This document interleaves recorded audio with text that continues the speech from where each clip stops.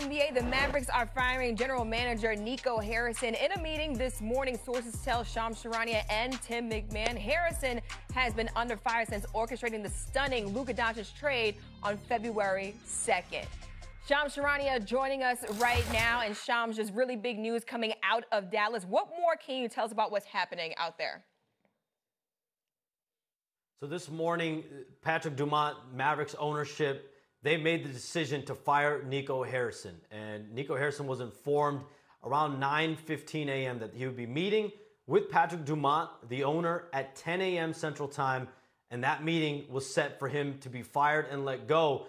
Just last night, we saw Patrick Dumont sitting with a fan courtside. I'm told that interaction with Patrick Dumont admitting to the fan that the organization had made a mistake with the Luka Doncic trade in February, and that he was going to take accountability for it and do right by the fans.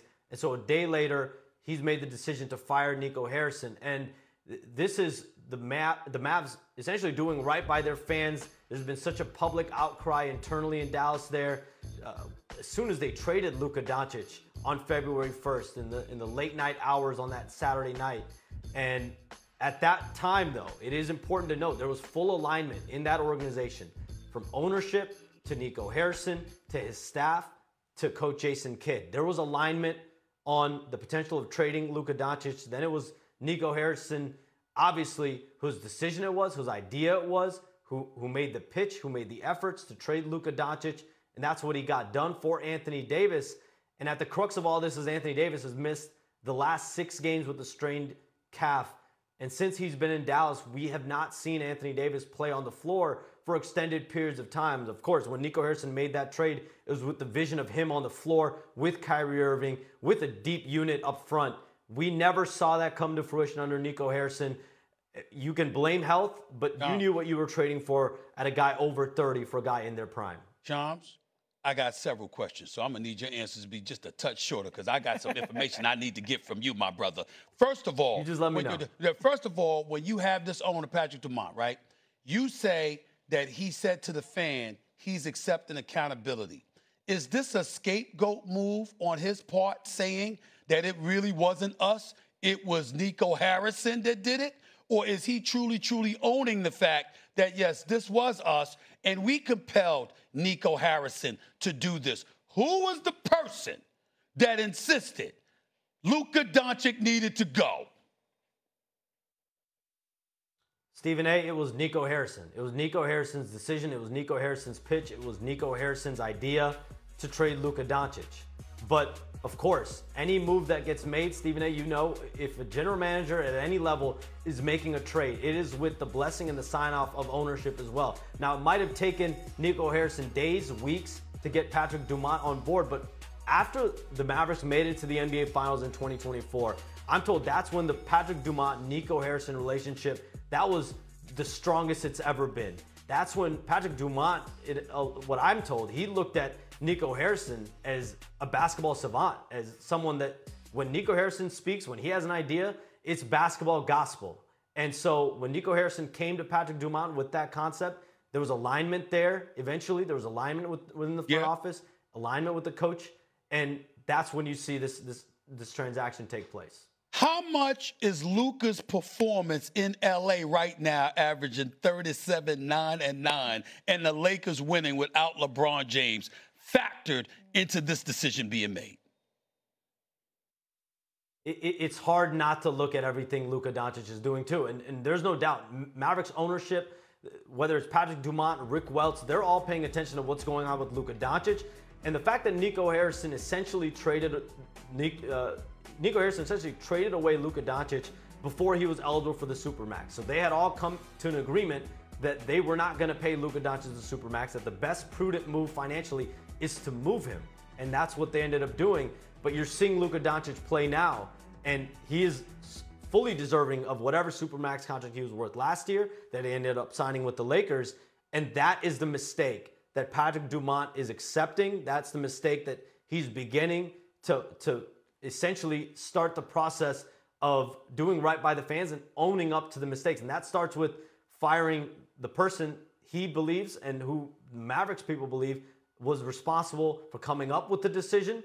But But again, that decision isn't made without the proper sign-off. But again, this was Nico Harrison Go ahead. at the end of the day that made that trade. But Shams, that's what I'm thinking. You just said before that they were all on the same page in terms of Nico Harrison and the decision to trade Luka Doncic. So why take Nico Harrison out if all of them were in agreement about this? And of course, obviously the fans were upset, but you accept the mistake. I mean, you trade Luka Doncic, you accept it, but why take Nico Harrison out if you were all on the same page with that? I mean, it's expectations. And Nico Harrison said it when he made the trade. Time will tell if he's right. He said it after the end of the season, I believe in April, that when this team comes back, and this is after Kyrie Irving got hurt, when the team comes back next season, we're going to be competing for a championship. Right now, after last night's loss, this is a team that is among the worst in the league. They're among the worst, obviously in the West, but among the worst in the NBA at large. And so that is not the expectations. And this is a wins or loss league. This is a productions business. If this is a Mavericks team that was sitting at the top of the conference, competing for a playoff spot, at least right now, at least in the early part of the season, probably not something we see occur. But this is a results business. And Nico Harrison put his, put everything on the line with that trade.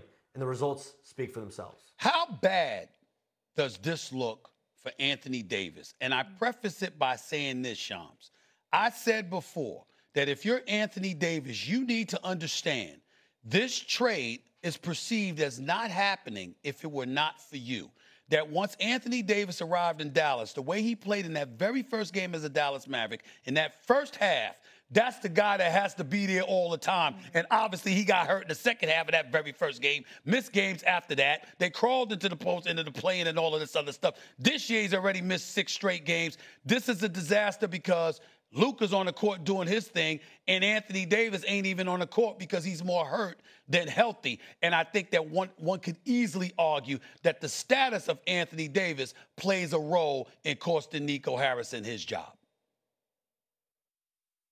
If Anthony Davis is on the floor, you're probably looking at different results, right? And the reality is, for the majority of the Dallas tenure, we haven't seen him on the floor at his peak position. He seemed to rush back early from his adductor injury to make his Dallas Mavericks debut last February, and then we saw he re-aggravated that injury. He misses 6 weeks, and then when he comes back, even though he came back for the tail end of the regular season into the play-in berth situation, we didn't see the Anthony Davis we all know that we saw in LA, that we saw in New Orleans. And the real big flash that we saw of Anthony Davis was that debut game. And even this year, he came into camp, to people around Dallas, obviously a little bit in different shape, right? Whether you want to call it out of shape, whether you want to call it someone that wasn't in prime Anthony Davis shape.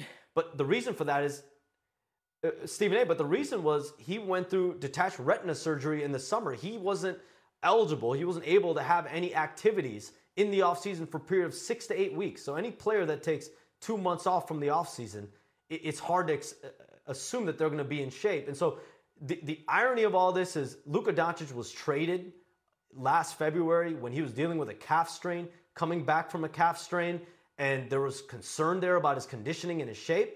And now all these months later, Anthony Davis, calf strain, there's concern about his shape, his conditioning, and him coming back too soon. And that's the point Nico Harrison is fired.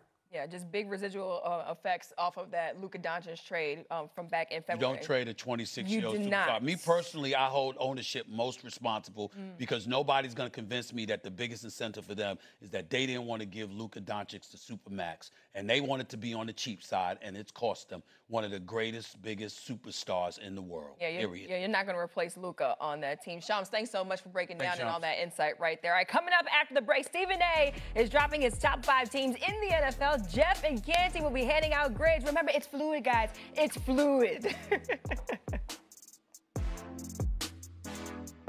So we picking more.